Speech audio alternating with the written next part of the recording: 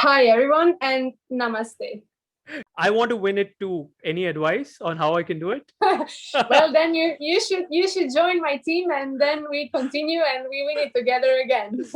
Being a part of the generation that ends global hunger. And I have over 55,000 meals provided already. You don't feel like he's putting in any effort. He made it look so Exactly. easy. That it goes, Yeah. everything goes so smooth.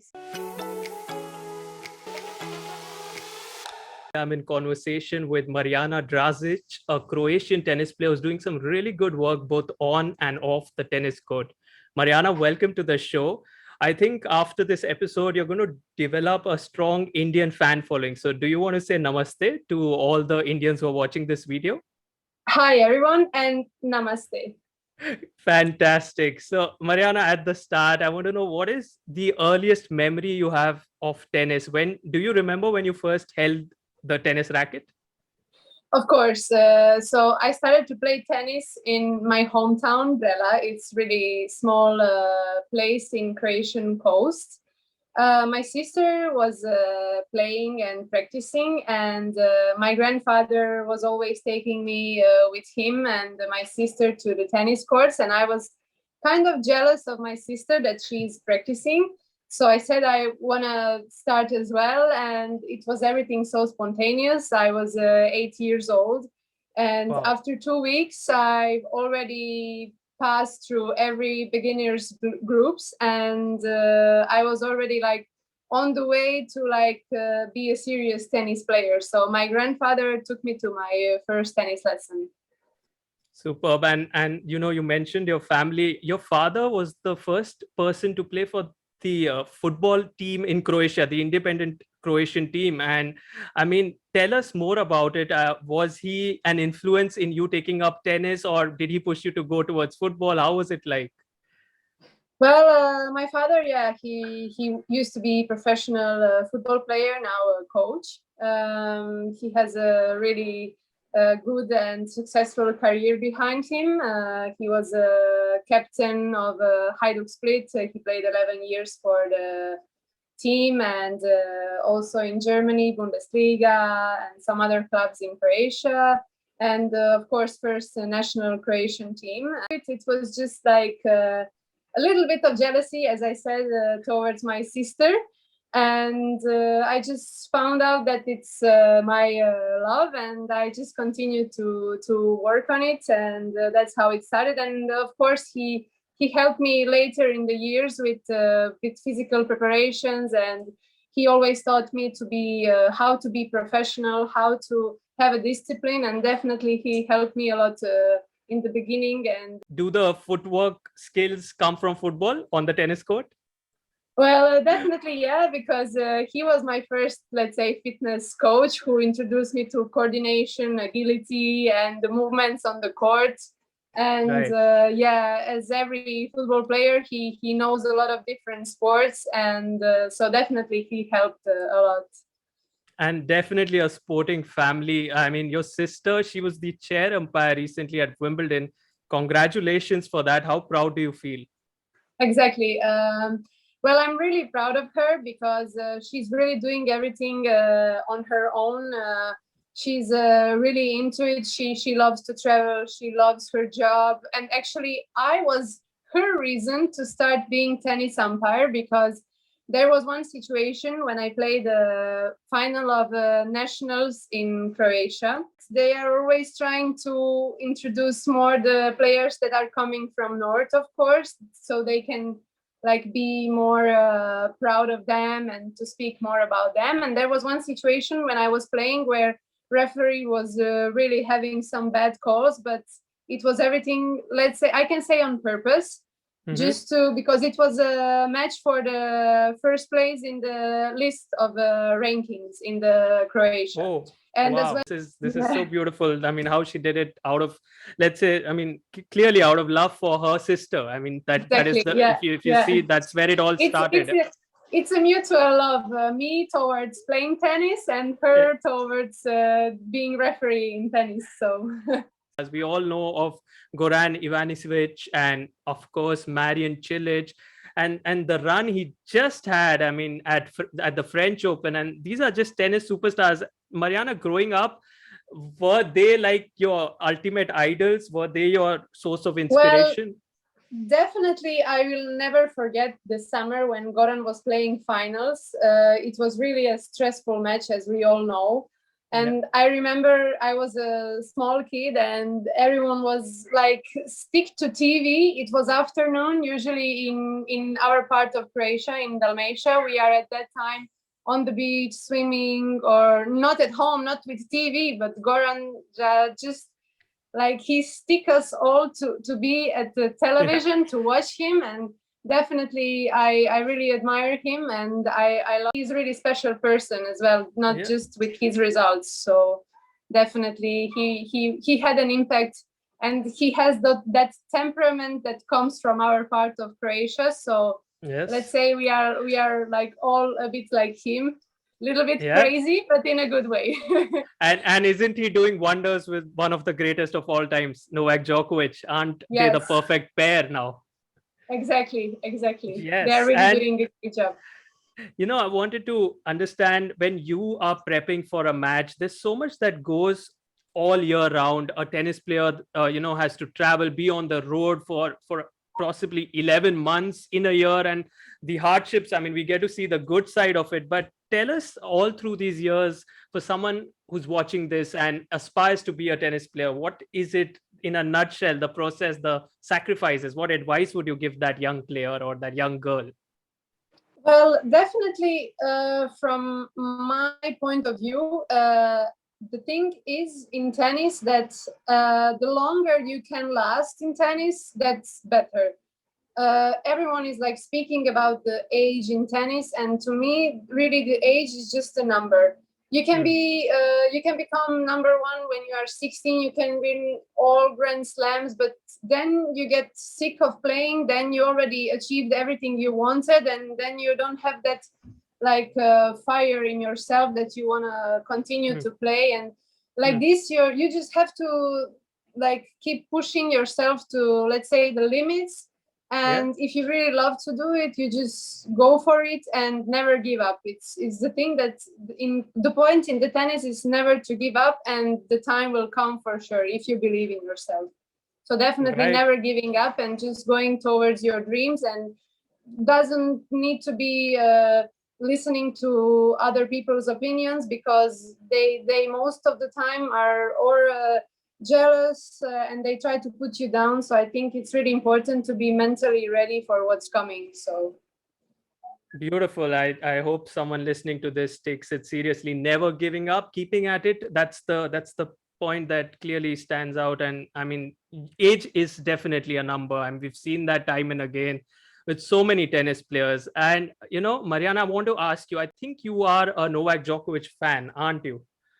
yeah, I am. Yes. So Yeah. how happy were you when he took the 21st slam at Wimbledon? Well, definitely, I was really, really extremely happy because of him, and also because he's working with Goran, obviously. And I've met Novak, and I've been actually, while there was a COVID situation in 2020, together with Janko Tipsarevic, he organized the Eastern European Championship where I was participating.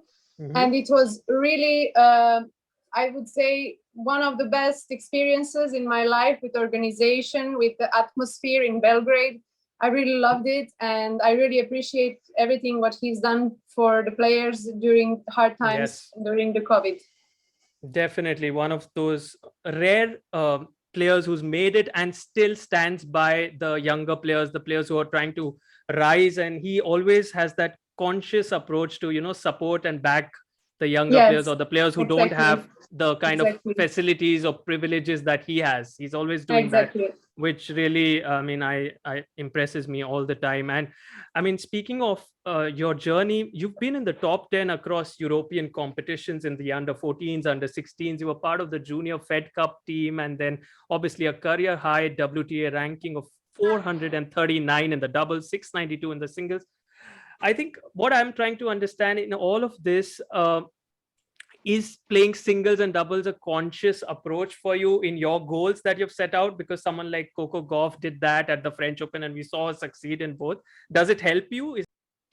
Well, to me, definitely, I love playing doubles. I always was like kind of more doubles player. I won't say that I don't like to play singles, but in doubles, I have a much better results. I can thank to my, let's say, better skills in doubles, maybe understanding the game better, and also I definitely think that in singles I would have a better ranking like in the past years if I haven't had some health issues, surgeries, and more support from a Croatian association and sponsors. So definitely I think that right now I'm more trying to focus on playing doubles, and I will give my best to reach top 100 in doubles, and I want to play Grand Slams in doubles. So I will definitely go for it.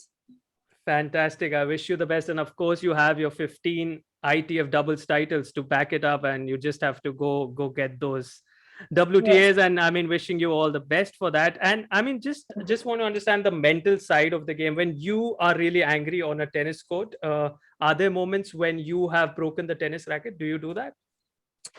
Well, actually, I see a tennis racket as a part of my job, let's say, and I try to treat it like it's helping me. So I never get angry towards the racket and to throw it and to break it. Of course, I get sometimes really angry, but I don't think I actually broke one racket in my life, and it was when I won a national championship. Under 16. I asked my mother, like, please, I never broke a racket. If I win the nationals, can I just break one to see like how it feels? And I remember that that national championship, I won semis against Anna Konjuh and finals against Jana Fett. So like against top players. So it was really the first time I'm hearing someone breaking a racket in victory. I mean, I've seen it in anger, in defeat. This is this is rare. Funny story, yeah.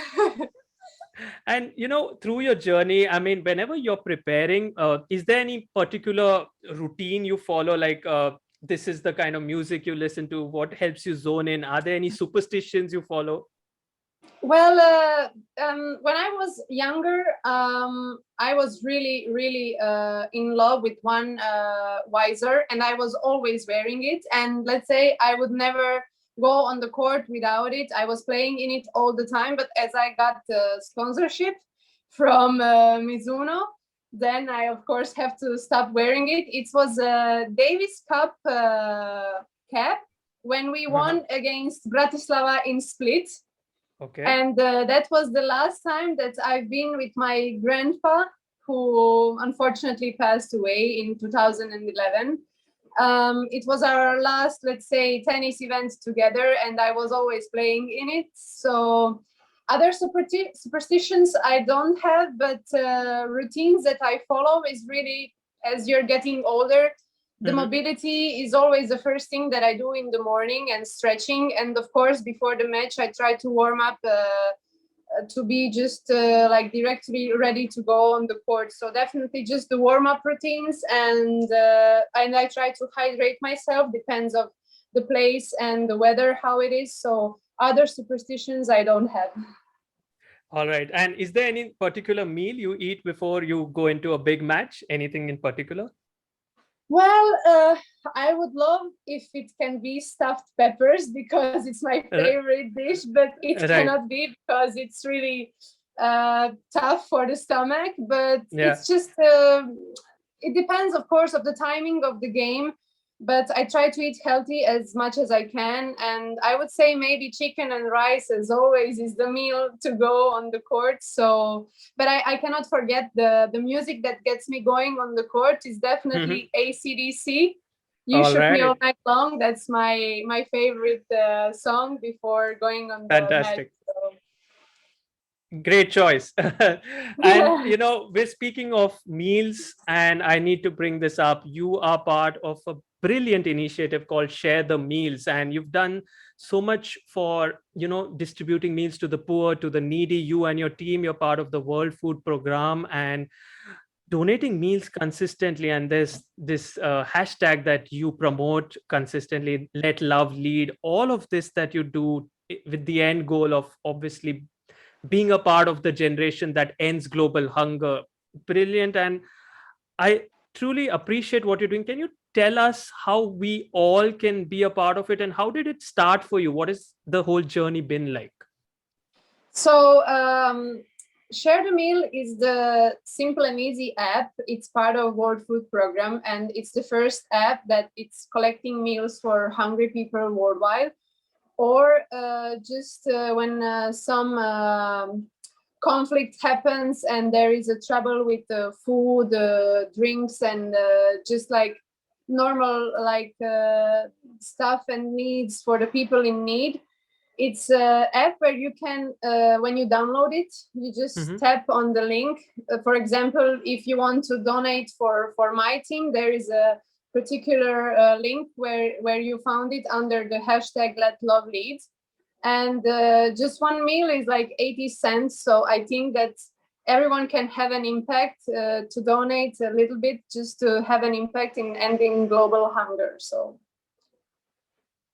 That's really beautiful what you're doing. And what countries have you already, you know, has this campaign reached from you and your team? How many countries have you already reached? How many people have you already fed? You can share more on this. So my team currently has like 4,000, like let's say, followers that are just giving for my team, and I have over 55,000 meals provided already. Yeah, it's just been like not even 2 years that I'm doing this, and I'm planning to do it. So far, I've been doing it for like immigrant people, for Syria, for Lebanon, for Africa. But now I'm based like, let's say, more like all around the world, like generally. There is no country for the moment, but I just do it for generally, like for all around the world. It's for the globe, it's for whoever needs it, and you're trying to Exactly. you know lead and do whatever you can through this initiative. I Yeah. mean, kudos to you for that. And I mean, just coming back to the tennis, when a girl like you started off, and a girl today starts picking up the tennis racket to pursue a career in this field, how different is it? Have things improved? Has there been a change for girls, for women in general? Well, definitely there is a change. When I look at the tennis now and everything around it, definitely everything is, let's say, more on the higher level. Everything is taken more, let's say, not seriously, but everyone is like single project under like a team. And definitely that everyone is like trying to have a good team around them to bring them like success and good results. So I definitely think that now is more taken not like a sport just to play it and to win and just to collect a little bit of money. Now I think it's like a proper, let's say, job, and it's taken more seriously. And I think that level of tennis is definitely now like on a bigger level than before, with the speed of the ball, with the preparations, with trainings, with the physical preparations. Definitely is the most important, I think, now, and endurance. So superb. So you feel there has been a lot of positive change that has come over the years? Yeah, definitely. And in terms of like I see a lot of campaigns for equal pay and all of that. What is your stance on that? Well, definitely, I think that in women tennis, they should be treated the same way as guys, because we also practice, we give same time on the court as they do. So I think that women should be definitely treated the same as guys. Of course, the level of tennis in guys tennis is more tough, but I still think that women should be definitely not just in tennis, but in every other sport and every other field, they should be treated more better and definitely, let's say, equal to men, or let's say more better. Superb. All right. And, I have to ask you this, in the big three, straight question, who is the greatest of all time as per you?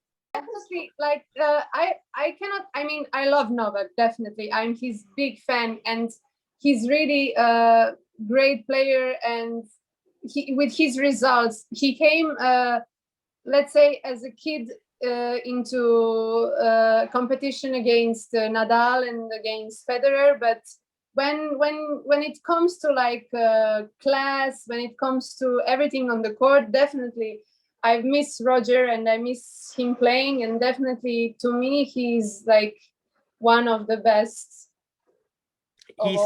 He started the magic that the big three continued to do. Exactly. And he was the front runner. And he's class, definitely. Yeah, Novak is big heart and great sports. That's something every Federer fan strongly feels. No one can match the class that he brought on the tennis court. Exactly. I mean, the effortlessness, the elegance, and the fluidity that he had. I mean, the backhands, the forehands. Exactly. Just, you don't feel like he's putting in any effort. He made it look so easy. Everything goes so smooth. Yeah. And all right. And I think this is going to be my last question. You've won Peace Prize along with your team. I want to win it too. Any advice on how I can do it? Well, then you should join my team, and then we continue and we win it together again. Superb. That's a great idea. I should do that. And it's been a fun time chatting with you, Mariana. Thank you for coming on the show. I hope you enjoyed, and looking forward to more conversations with you in the future. And I hope all of you who've joined us enjoyed the show. We'll be coming back with lots more. Until next time, this is Sarthak signing off. Bye.